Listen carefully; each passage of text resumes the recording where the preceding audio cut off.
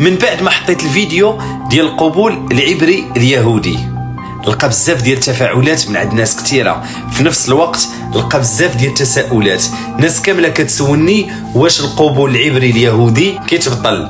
القبول العبري اليهودي ما عمره كيتبطل، لان القبول اليهودي كيكونوا فيه شي مسائل قويه وكيتخدم من طرف ملوك وحكام كبار.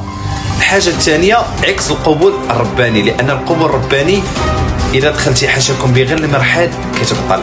داكشي علاش القبول اليهودي ما كيتبطلش. والحاجه الثانيه اللي سولونا عليها الناس هي الاختصاص ديالو. هو في جوج ديال الانواع. الاختصاص الاول كيتختص كيف سبق قلت لكم في الفيديو الاول في التجاره، في البيع والشراء، في محلات، في مشاريع، بزاف د الحوايج. الاختصاص الثاني كيستعملوه النساء او البنات لجلب الرجال، هذا هو القبول اليهودي. وهذا القبول عده ناس كلشي خدامين به لحد الان في بيع وشراء، في مقاهي، في مشاريع كبيره، وناس كتار ماشي غير واحد ولا جوج ولا ثلاثه.